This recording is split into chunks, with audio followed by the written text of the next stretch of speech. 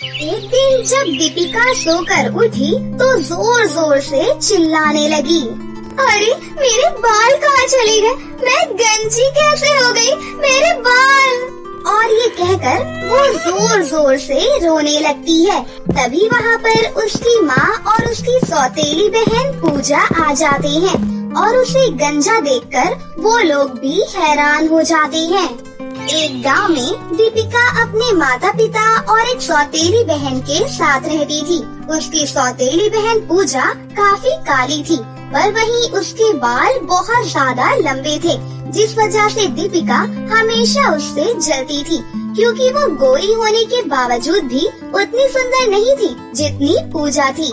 और उसके बालों की तो हर कोई तारीफ करता था।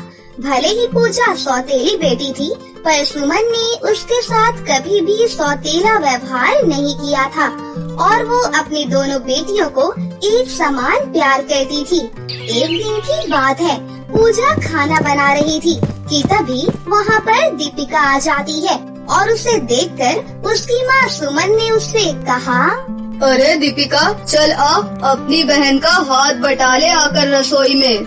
मुझे नहीं बनाना कोई खाना वाना, वही काफी है। वैसे भी एक नौकरानी के होते हुए मैं क्यों काम करूँगी। तुझे वो नौकरानी दिखती है, वो तेरी बड़ी बहन है, तमीज से बात किया कर। जब देखो तो आप मुझ पर ही चिल्लाती रहती हैं। मुझे तो ऐसा लगता है कि सौतेली वो नहीं मैं हूँ। तू ऐसा क्यों कह रही है? तेरे मन में जो जहर भरा है उसे निकाल दे, वो तेरी बड़ी बहन है। अच्छा, अगर बड़ी बहन है तो कहो ना इससे कि अपने बालों को मुझे दे दे। वैसे भी ये काली है, इतने लंबे बालों का क्या ही करेगी। अरे तो ऐसे कह रही है जैसे वो अपने बाल काट के तुझे दे दे। चला रसोई में आकर काम कर और अपने झाड़ू जैसे बालों के लिए उससे लड़ाई मत किया कर। अच्छा, मेरे बाल झाड़ू जैसे हैं और इसके रेशम से। आज जब देखो तब उसकी ही साइड लेती हो।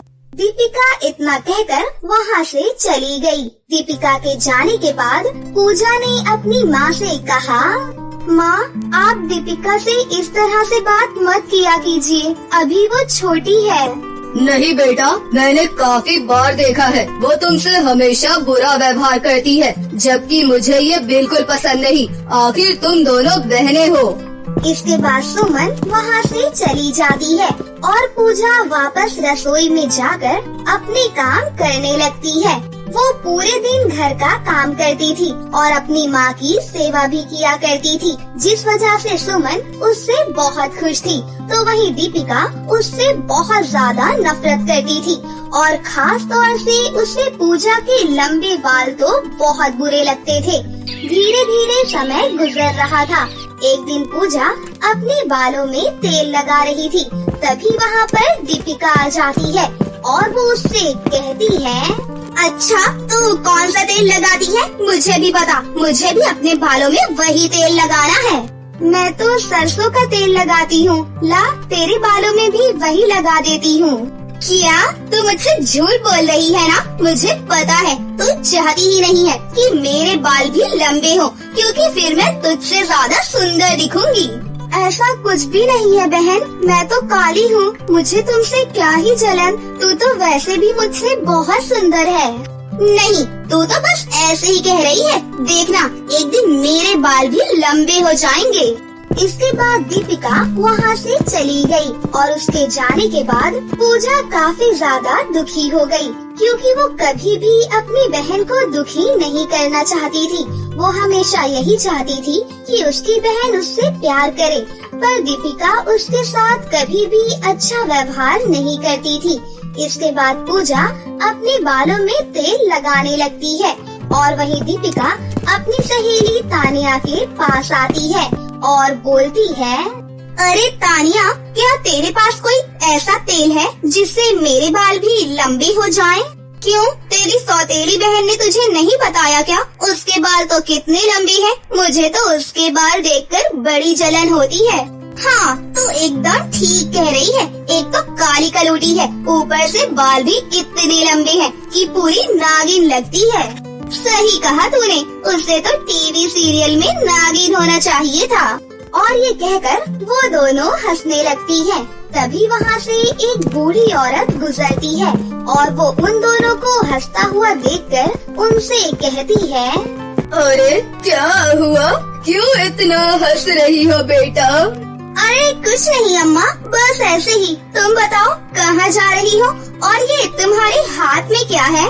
अरे ये मैंने तेल बनाया है, इससे बाल बहुत लंबे हो जाते हैं। क्या तुम सच कह रही हो?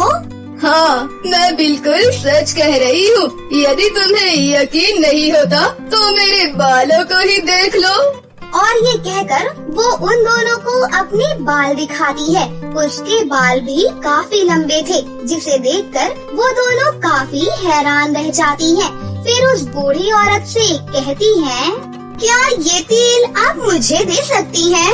नहीं, ये तेल तो मैंने सिर्फ अपने लिए ही बनाया है। हाँ, अगर तुम्हें ये तेल चाहिए तो इसके बदले तुम्हें मुझे कुछ देना पड़ेगा। पर हमारे पास तो कुछ भी नहीं है, आपको क्या चाहिए? तुम्हारे पास जो भी है दे दो, वरना मैं तुम्हें अपना तेल नहीं दूंगी। ये सुनकर दीपिका भागी भागी अपने घर जाती है और चुपचाप अपनी माँ के पर्स से पैसे निकाल लाती है। फिर उस बुढ़िया को दे देती है, जिसके बाद वो बूढ़ी औरत उसे वो तेल दे देती है। वो तेल पाकर दीपिका बहुत खुश हो जाती है और तानिया से कहती है, अब देखना मेरे बाल भी बहुत लंबे होंगे, तब मैं उसे बताऊंगी। ज्यादा अपने बालों का घमंड दिखाती है। जब तेरे बाल लंबे हो जाएं, तो मुझे भी ये तेल दे देना, मुझे भी अपने बाल लंबे करने हैं। हाँ हाँ जरूर कर लेना। वैसे भी खरबूजे को देखकर खरबूजे का रंग बदलता ही है।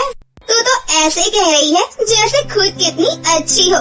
खुद पर भी तो सोच, सौतेली बहन का रंग चढ़ा है, उसी की तो नकल कर रही है तू। मुझसे ज्यादा जुबान मत लड़ा, समझी तू? दोस्त है, दोस्त की तरह ही रहे। इस तरह तानिया भी भड़क जाती है और उन दोनों में लड़ाई होने लगती है, जिसके बाद दीपिका अपने घर आ जाती है और तानिया गुस्से में कहती है, जा जा ले जा इस तेल को, देखना तो पूरी की पूरी गंजी हो जाएगी, गंजी। वहीं दीपिका घर पर आ जाती है और उस तेल को अपने बालों में लगाने लगती है। तभी उसके कमरे में पूजा किसी काम से आती है और उसे तेल लगाता देखकर उससे कहती है, अरे ये तुम कौन सा तेल लगा रही हो? किसने दिया है ये तुम्हें? तुमसे मतलब? तुमसे कितनी बार कहा है कि मुझसे बात मत किया करो। मुझे तुम्हारी ये गंदी सी शक्ल देखना बिल्कुल भी अच्छा नहीं लगता। और रही बात इस तेल की, तो ये मुझे बुढ़िया ने दिया है और इससे मेरे बाल लंबे हो जाएंगे। क्या ये तुमसे किसने कहा? इसे अपने बालों में मत लगाओ। हाँ हाँ मुझे पता है, तू तो चाहती ही नहीं कि मेरे बाल लंबे हो, है ना? अरे नहीं बहन, ऐसा नहीं है। कई बार लोग हमें बेवकूफ बनाने के लिए ऐसे तेल दे जाते हैं जो हमारे बालों को खराब कर देते हैं। नहीं, मुझे तेरी कोई बात नहीं सुननी। मुझे तो यही तेल लगाना है, यही तेल लगाना है। और ये कहकर दीपिका उस तेल को लगा लेती है। धीरे धीरे दिन गुजरते जाते हैं। फिर एक दिन की बात है, जब दीपिका सोकर उठती है तो उसके सर पर कुछ ही बाल बचे थे। उसके सारे बाल झड़ गए थे। ये देखकर वो जोर जोर से चिल्लाने लगती है। उसकी आवाज सुनकर वो दोनों कमरे में आती है और दीपिका को गंजा देखकर उसकी माँ उससे कहती है, अरे बेटी, ये क्या हो गया? तेरे बाल कहाँ चले गए? मुझे नहीं पता माँ, ये क्या हो गया? तभी पूजा को याद आता है कि दीपिका एक तेल लगाया करती थी और वो अपनी माँ से कहती है, माँ ये सब उस तेल की वजह से हुआ है। दीपिका को वो तेल किसी ने दिया था। क्या? कौन सा तेल? पूजा उस तेल की शीशी को लाती है और सुमन को दिखाती है तो सुमन शीशी को देखकर दीपिका से कहती है, अरे ये तुम्हें किसने दिया? ये तो बालों को खराब करने वाला तेल है, इससे सारे बाल झड़ जाते हैं। क्या? मुझे नहीं पता, मुझे तो एक बुढ़िया ने दिया था और कहा था मेरे बाल इससे बहुत लंबे हो जाएंगे। अच्छा, तो उस दिन तुम ही मेरे पर्स से पैसे निकाल कर लेकर गई थी। अब देखा तुमने अपनी बहन से नफरत की वजह से अपना ही घाटा कर लिया।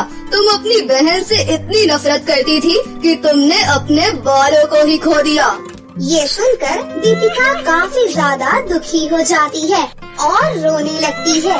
इस पर पूजा ने उससे कहा, बहन तुम मत रो, मैं तुम्हारे बालों को लंबा कर दूंगी। तुम कैसे करोगी? तुम तो चाहती ही नहीं थी कि मेरे बाल लंबे हो। नहीं बहन, ऐसी बात नहीं है, तुम शांत हो जाओ। देखना कुछ ही दिनों में तुम्हारे बाल पहले जैसे हो जाएंगे। और उसके बाद वो रोजाना दीपिका के सर की चंपी किया करती थी और कुछ ही दिनों में दीपिका के बाल पहले जैसे और उससे भी ज्यादा लंबे हो गए, जिसे देखकर उसे काफी खुशी होती है और वो पूजा से माफी मांगते हुए कहती है, मुझे माफ कर दो, मैं हमेशा तुमसे नफरत करती रही, तुम्हारे काले रंग से और तुम्हारे बालों से जलती रही। मुझे पता लग गया है कि ऐसा करना मेरी बेवकूफी थी, मुझे माफ कर दो। मुझे खुशी है कि तुम्हें अपनी गलती का एहसास हुआ। इसके बाद वो दोनों बहनें हंसी खुशी से रहने लगती हैं और अब दीपिका को भी पता लग गया था कि हमें किसी के साथ बुरा व्यवहार नहीं करना चाहिए, क्योंकि आप जैसा दूसरों के साथ करते हैं वैसा ही आपको मिलता है। सूरजपुर गांव में मोहनलाल अपनी पत्नी निशा और बेटी चांदनी के साथ रहता था। वो बिल्कुल गोल बटोल गुड़िया से लगती थी। सबसे सुंदर उसके बाल लगते थे। चांद से चेहरे को घेरे हुए काले काले बाल बहुत सुंदर लगते थे।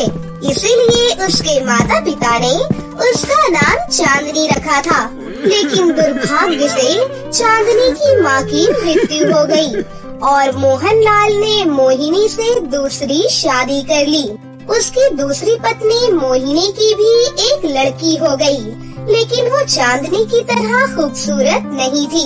फिर ऐसे ही बहुत समय बीत गया और दोनों लड़कियां कुछ बड़ी हो गईं कि तभी एक दिन मोहिनी की लड़की शिल्पा रोती हुई आई और बोली,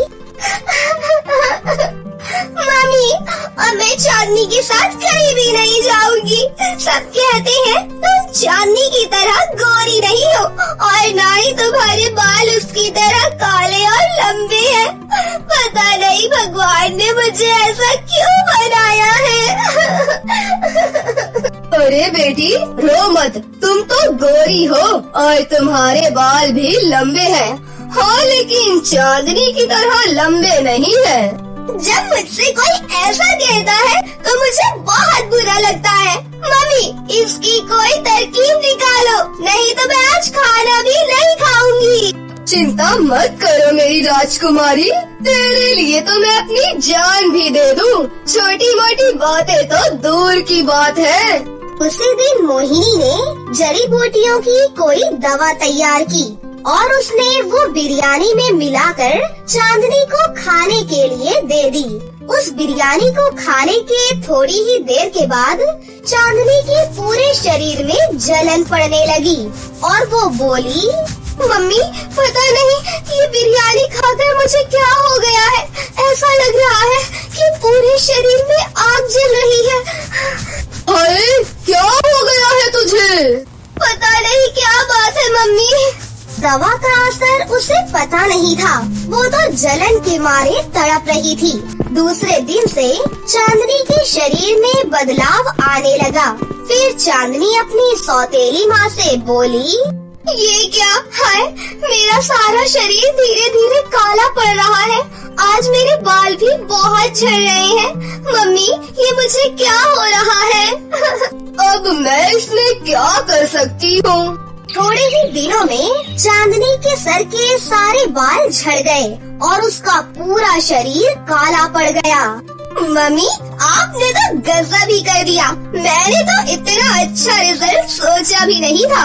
अब ठीक है, मैं जहाँ कहीं भी जाऊंगी तब सब मुझे ही सुंदर बताएंगे। फिर एक बार मोहिनी के भतीजे की शादी का कार्ड आया।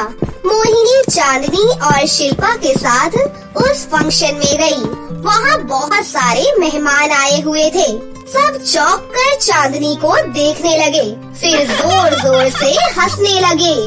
देखना तो जरा कैसा नमूना आया है, ये कितनी बदसूरत लग रही है। बिल्कुल चुड़ैल लग रही है, ऐसी बदसूरत लड़की तो मैंने आज तक नहीं देखी। इसके तो सर पर बाल भी नहीं है, शायद किसी बीमारी की वजह से ऐसा हो गया होगा। जब ऐसा हाल है तो अपने घर पर ही बैठती, जरूरी क्या है कि हर जगह जाकर घुसो। सर पर बाल भी नहीं है, कितनी अजीब लग रही है। ऐसा लगता है जैसे इसे कोयले में डुबा कर निकाला है। अब भला इसे लाने की क्या जरूरत थी, सारी पार्टी का मजा ही किरकिरा कर दिया है। उनकी ये सारी बातें सुनकर शिल्पा की खुशी का तो कोई ठिकाना ही नहीं था, क्योंकि अब सब उससे सुंदर बता रहे थे। चांदनी की इंसल्ट देखकर उसे बहुत मजा आ रहा था। आज बहुत मजा आया, बहुत बनी घूमती थी पहले, अब पता चलेगा कि मेंटल टॉर्चर होना कितना बुरा लगता है। दूसरे दिन जब शिल्पा, माँ और चांदनी लौटकर वापस घर आए तो चांदनी रोते हुए बोली, मम्मी आज से हम कहीं भी नहीं जाएंगे, सब मेरी हंसी उड़ाते हैं। थोड़े ही दिनों में चांदनी और भी बदसूरत हो गई, इसलिए वो अपनी दवा लेने के लिए क्लिनिक में पहुंची थी। लेकिन वहाँ बैठे सारे मरीज चांदनी का मजाक उड़ाने लगे। एक मरीज बोला, अरे यार ये लड़की कैसी अजीब लग रही है। हाँ यार, मैंने तो आज तक ऐसी काली और बदसूरत लड़की कभी नहीं देखी जिसके सर के बाल ही गायब हों। चांदनी सुनने के सिवा और क्या कर सकती थी। वो बिना दवा लिए ही घर वापस लौट आई और सारा दिन आंसू बहाती रही। घर का सारा काम तो चांदनी ही करती थी। दूसरे दिन वो बुखार की वजह से नहीं उठी तो कुछ भी काम नहीं हुआ। शिल्पा बोली, मम्मी चाय पीनी है, अभी तक चांदनी नहीं उठी, जाकर देखो क्या बात है, कितनी देर में मिलेगी। ये सुनकर मोहिनी को बहुत जोर का गुस्सा आया और वो तमतमाई हुई आई और बोली, दिन चढ़ गया है, तुझे होश नहीं है? काली माई कही की, अभी तक तूने कुछ काम नहीं किया। मैं क्या करूं? मेरा उठने का मन ही नहीं करता, पूरे बदन में दर्द हो रहा है। इस बात पर तो मोहिनी को और भी ज्यादा गुस्सा आया। उसे चाय पीने की तलब लग रही थी। उसने चांदनी को हाथ पकड़कर उठाया और दांत पीसकर बोली, चल अब जल्दी से चाय बना ले। कसम से पूरे बदन और सर में तेज दर्द है। मनहूस कहीं की काली कलोटी, जब तुझे कोई काम ही नहीं करना है तो यहाँ से निकल जा। मोहिनी ने हाथ पकड़कर चांदनी को घसीटा और घर के बाहर लाई। उसने चांदनी को धमकाया और कहा, आज के बाद हमारा तुम्हारा कोई रिश्ता नहीं है, समझी? चल निकल यहाँ से। और उसे धक्का देकर बाहर निकाल दिया। अब बेचारी चांदनी बड़े बड़े आंसुओं से रोती हुई चली जा रही थी। उसके दुख का कोई ठिकाना ही नहीं था। अब मैं क्या करूं? मेरा तो कोई रिश्तेदार भी नहीं है। आज मेरी माँ होती तो ऐसा नहीं करती। बहुत थक जाने पर वो एक पेड़ के नीचे जाकर बैठ गई। वहीं पर एक बुढ़िया बैठी हुई थी। बुढ़िया खजूर के पत्ते जमा कर रही थी। चांदनी उसके काम में मदद करने लगी। बुढ़िया चुपचाप उसे देखती रही। जैसे ही बुढ़िया उठी, चांदनी ने उसका टोकरा उसके सर पर रखवा दिया। बेटी तू तो बहुत अच्छी है, लेकिन मैं देख रही हूँ कि तेरी दुर्दशा हो रही है। ले मैं तुझे ये कंघा देती हूँ, इसे तू अपने बालों में फिराना। और ये शीशी है, इसमें गुलाब जल भरा है, इसे पानी में डालकर नहा लेना। भगवान की दया से फिर तुझे कोई कमी नहीं रह जाएगी। और इस जादुई कंघे से तुम जो भी मांगोगी ये वही देगा। ये सुनकर चांदनी की खुशी का कोई ठिकाना ही नहीं रहा। उसने बुढ़िया के सामने ही कंघा अपने बालों में फिराया कंघा फिराते ही उसके घने काले लंबे बाल वापस लहराने लगे। फिर चांदनी खुशी से अपने घर की ओर चल दी। वो बाथरूम में गई। उसने गुलाब जल को पानी में मिलाया और नहाने लगी। हे ऊपर वाले, अब मुझ पर दया करो, गुलाब जल का असर हो जाए, ऐसा आशीर्वाद दो। नहाने के बाद जब वो बाहर निकली तो खुशी से उछल पड़ी। उसका चमचमाता गोरा रंग रूप वापस आ गया था। मम्मी देखो, मेरा गोरा रंग और मेरे बाल वापस आ गए। ये सुनते ही मोहिनी दौड़ी हुई आई और वो आंखें फाड़ फाड़ कर चांदनी को देखने लगी। अरे बेटी, तू तो पहले से भी ज्यादा गोरी हो गई है। कितनी सुंदर लग रही है। ये चमत्कार कैसे हुआ? भगवान ने ही मेरे लिए एक चमत्कार भेजा था। ऐसा जादू देखकर मोहिनी तो डर गई। अब तो बस जादुई कंघे को आजमाना बाकी रह गया था। हे जादुई कंघे, तू थोड़े से पैसों का इंतजाम कर दे और मेरी मम्मी को खुश कर दे। अब मेरी मम्मी के गुस्से को दूर कर दो। तभी उस जादुई कंघे से नोटों की गड्डी झरने लगी और जब गड्डियाँ देखी तो सबके मुंह पर मुस्कान आ गई। चांदनी के लिए मोहिनी के दिल में प्यार जाग उठा। ये तो कंघे की करामात थी। मोहिनी ने चांदनी को गले से लगा लिया और बोली, बेटी तू मुझे माफ कर दे। मैंने तेरे साथ बहुत बुरा किया, लेकिन तू तो बहुत अच्छी है। चांदनी तो थी ही दिल की अच्छी। उसने सबको माफ कर दिया। शिल्पा ने भी माफी मांगी और कहा, मुझे माफ कर दो दीदी। अब तो खुशनुमा माहौल हो चुका था। घर में पैसों की कमी भी नहीं रही।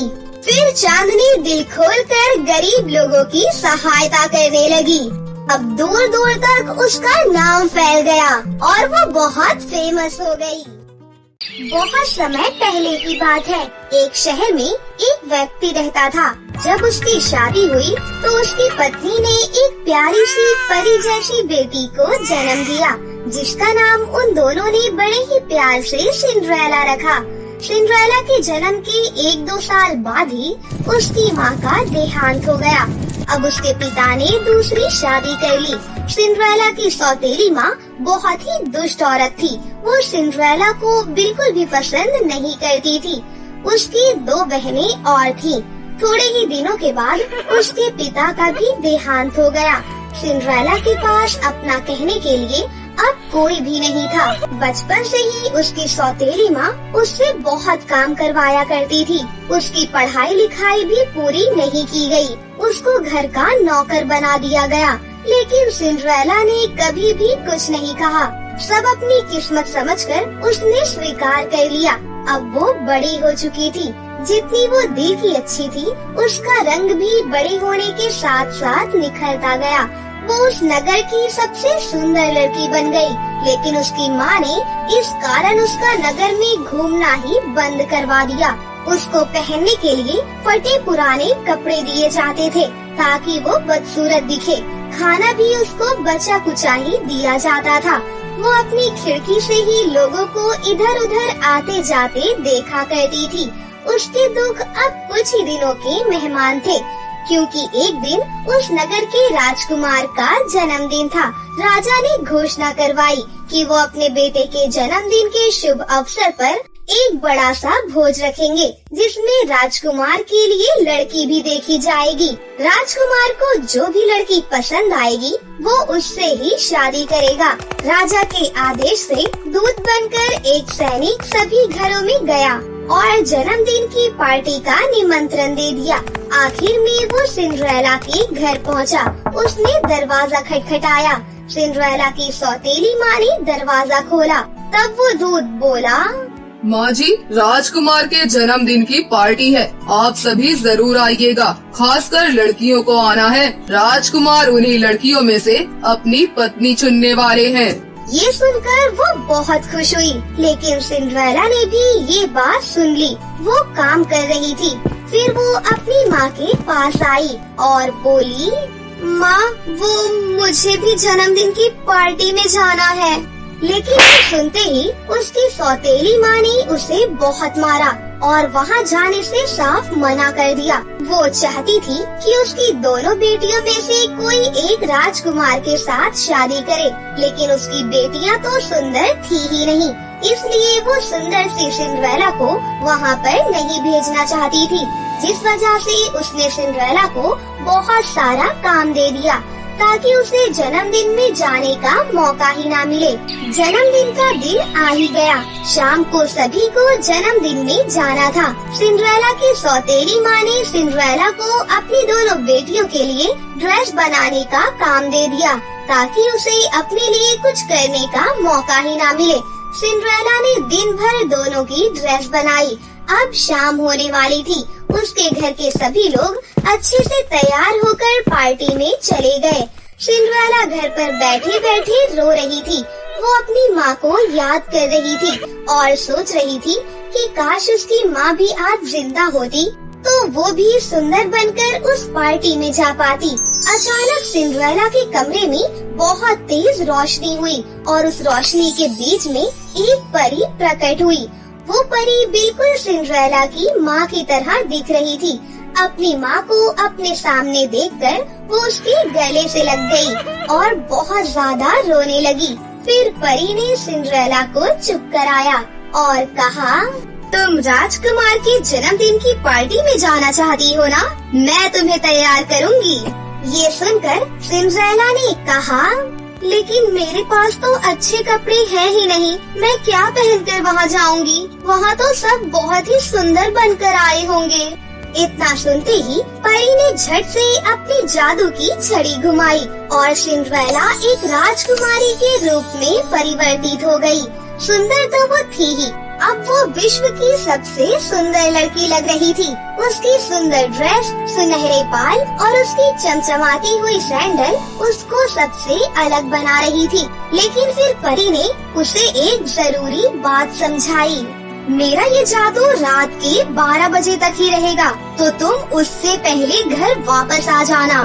फिर सिंड्रेला मान गई। परी ने पास में पड़े हुए कद्दू से एक शाही बग्गी का इंतजाम कर दिया।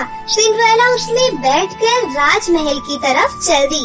सिंड्रेला जैसे ही राजमहल में प्रवेश करती है तो सबकी नजरें उसी पर टिक जाती है। बाहर से आए हुए मेहमान और राजकुमार भी सिंड्रेला को ही एकटक देखे जा रहे थे। उसकी सौतेली माँ और बहनों ने भी उसे नहीं पहचाना।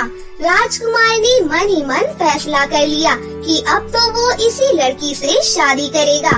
वो सिंड्रेला के पास गया और उसको डांस के लिए अपना हाथ दिया। सिंड्रेला भी बहुत खुश हुई। दोनों ने एक दूसरे के साथ बहुत देर तक डांस किया। इस बीच सिंड्रेला को समय का पता ही नहीं चला। अब 12 बजने में कुछ ही पल बचे हुए थे। तभी अचानक उसकी नजर घड़ी पर गई। उसने देखा कि मध्य रात्रि तो होने ही वाली है। उसे अब परी की बात याद आ गई। उसने राजकुमार का हाथ छोड़ दिया और वहाँ से भागने लगी। राजकुमार भी उसके पीछे पीछे भागा। हड़बड़ी में सिंड्रेला की एक पैर की सैंडल वही महल में ही छूट गई। सिंड्रेला तो हवा के झोंके के जैसे गायब हो चुकी थी, लेकिन राजकुमार के हाथ सिंड्रेला का केवल एक सैंडल ही लगा। राजकुमार को बहुत अफसोस हुआ कि वो उसका नाम भी ना पूछ सका। अगले दिन राजकुमार खुद नगर में जाकर उस सैंडल वाली लड़की को खोजने निकला। उसने घर घर जाकर लड़कियों को वो सैंडल पहनाई, लेकिन किसी को भी वो सैंडल नहीं आई। किसी को वो छोटी पड़ रही थी और किसी को बड़ी। फिर राजकुमार आखिर में निराश होकर नगर के आखिरी घर सिंड्रेला के घर पर पहुंचा। सिंड्रेला की दोनों सौतेली बहनों ने उस सैंडल को पहनने की कोशिश की, लेकिन कोई भी उस सैंडल को बहुत कोशिशों के बाद भी नहीं पहन सका। तब राजकुमार की नजर पास में खड़ी एक सीधी साधी लड़की पर पड़ी। उसने उसको बुलाया और उससे भी आग्रह किया कि वो इस सैंडल को पहने। सिंड्रेला की माँ ने कुछ भी नहीं कहा।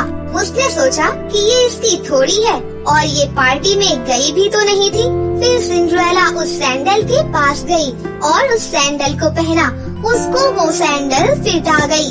तभी वो भागकर अंदर गई और दूसरी सैंडल भी पहनकर वापस आ गई। राजकुमार बहुत खुश हुआ और उसको अपने साथ अपने महल ले गया। दोनों की शादी हो गई और वो एक साथ हंसी खुशी से रहने लगे। और वहीं उसकी सौतेली माँ और सौतेली बहनी हक्की बक्की होकर बस देखती ही रह गई। तो दोस्तों, कैसी लगी आपको हमारी ये कहानी? अगर आपको हमारी कहानी अच्छी लगी हो तो इसे जरूर लाइक करें। साथ ही हमारे चैनल को सब्सक्राइब भी कर लें और बेल आइकन को दबाना ना भूलें। मिलते हैं अगली वीडियो में। धन्यवाद।